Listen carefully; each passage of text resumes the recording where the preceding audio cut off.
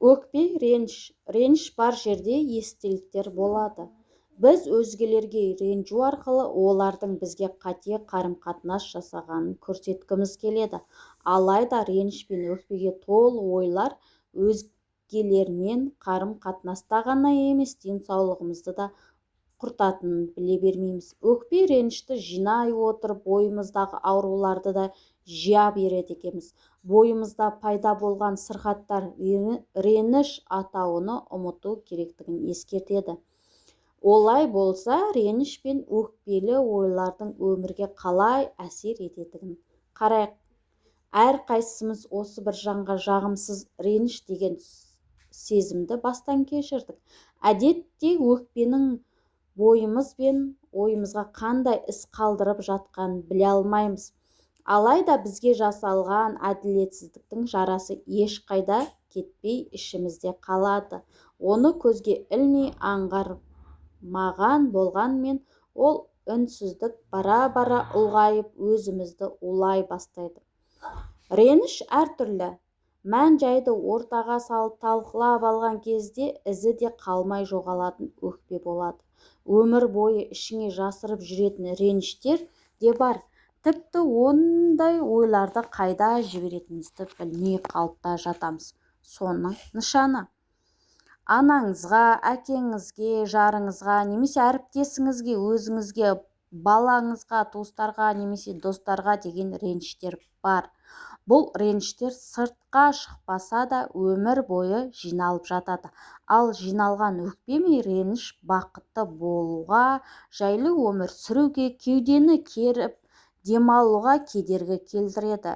Ата-анамен қарым-қатынас барлық нәрсенің діңгегі. Атап айтқанда қарым-қатынас, кіріс, ішкі жағдайыңды қалыптастырудың діңгектері. Ескі ренішті кешіргенде іштей жеңілдеп қаласыз. Көп мөлшердегі энергияны бостандыққа шығарасыз, бақытты боласыз. Жаңа жоба жасауға жол ашады, армандардың орындалуына жол ашады. Отбасымызды бақытты етеді. Денедегі күш-қуатымыз артады. Ішіміздегі жатқан өкпе, реніш, ауыр жүк, қап толы тасты арқалап жүргенмен тең. Адам баласы өкпе мен ренішті ұмытып кешірген кезде өзін кінәлау мен елден ұялу деген сезімдерден арылады. Бойына қуат бітіп, әлде қайда бақытты ғұмыр кешпек. Балалық шақтағы реніш тарихты өзгертеді. Қарттардың адамдық осалдықтарына кешірімді бола біліңдер. Ренішті балалық сезім деп те атап жатады. Ал үлкендер біреулер ренжіп қалса, не болды, бала құсап деп жатамыз ғой. Шынымен де өкпе, реніш сезімдермен бала кезімізде танысып үлгереді екенбіз. Алайда үлкен бола тұра басқаларға күшіміз жетпейді. Ішкі көңіл сезімдерді ақылмен басқаруға келмейді. Ол өз өміріңнен өмір сүреді. Адамды итеріп алатын құдіретке ие. Олар уақытқа тәуелді емес. Басқаша айтқанда, тіпті 50 жыл бұрын өтіп кеткен жанды жаралар, жағдайлар сезімнің ықпалымен орын алғаны анық.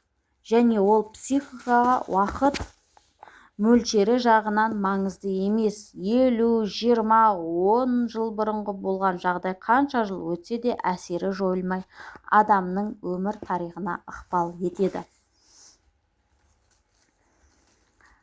Өкпе психологиялық тұрғыдан айтар болсақ, ақыл күшке ие, тіпті жылдар бойы адамның өміріне ықпал етіп тұра беретін сезім. Ашу психологиялық шекара бұзғанда көрініс табады. Бірақ адамның ұстамдылығымен тежеп тұратын негативті күй. Бұл жағдай бала кезден бастау алады. Ата-ананың баланың ашуын көтере алмаған кезде оны басып тастап отырған. Сол кезде бала шарасыздықтан өзімді қорғау үшін ештеңе істей алмадым деп өкпелейді. Өкпенің басым бөлігі ескі және әрі ол адаммен өмір бойы бірге ғұмыр кешеді. Анаға реніш. Мені ешкім жақсы көрмейді. Ана жүрегі тым терең. Сол тереңдіктен сіз кешірім таба аласыз. Баланың бойындағы реніш ол құрсақта жатқанда пайда болуы мүмкін. Яғни ата-анасы оны қаламаған кезде, алдырып тастау туралы ойлаған кезде ақ сәби оны құрсақта жатып ақ сезеді. Осыдан кейін балада анаға реніш деген үлкен дерт туады. Ол мені жақсы көрмейді деп анасын жазғырады.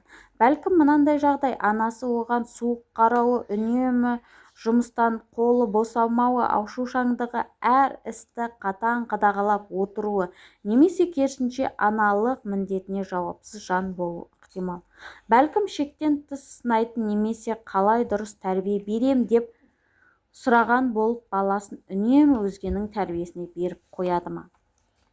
Бала кезден келе жатқан өкпе-реніш баланы ұнатпайтын бақша, лагерь, ата-анасының баланы қаламайтын жаққа жіберу, жұмыс басты ана аз уақыт бөлуі, есейіп қалғанда балам жақсы болсын деп басқа қалаға оқуға жіберуі, анаға деген сағыныш, одан туған реніш болуы ықтимал. Әрбір адам осы секілді жан жарасын арқалап жүреді, өйткені ешбір ана баласын ол қалағандай жақсы көре алмайды. Ана баласын қалай жақсы көрсе, бала да анасын солай жақсы көреді. Әйел адам өзін бала күнінде қалай жақсы көрсе, соны ғана бере алады. Шынайы махаббат көрсете алмаған аналар махаббатқа тоя алмаған бала тәрбиелеп өсіреді.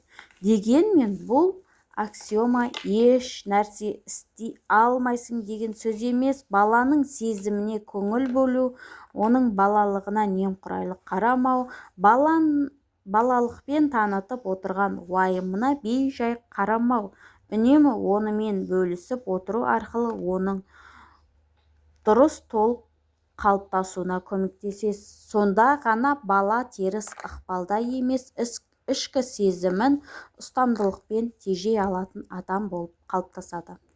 Сәлеметсіздер ме? Мен есімім Әсел Ерболқызы. Менің каналыма тіркеліп, комментарий жазып, қолдап отырыңыздар.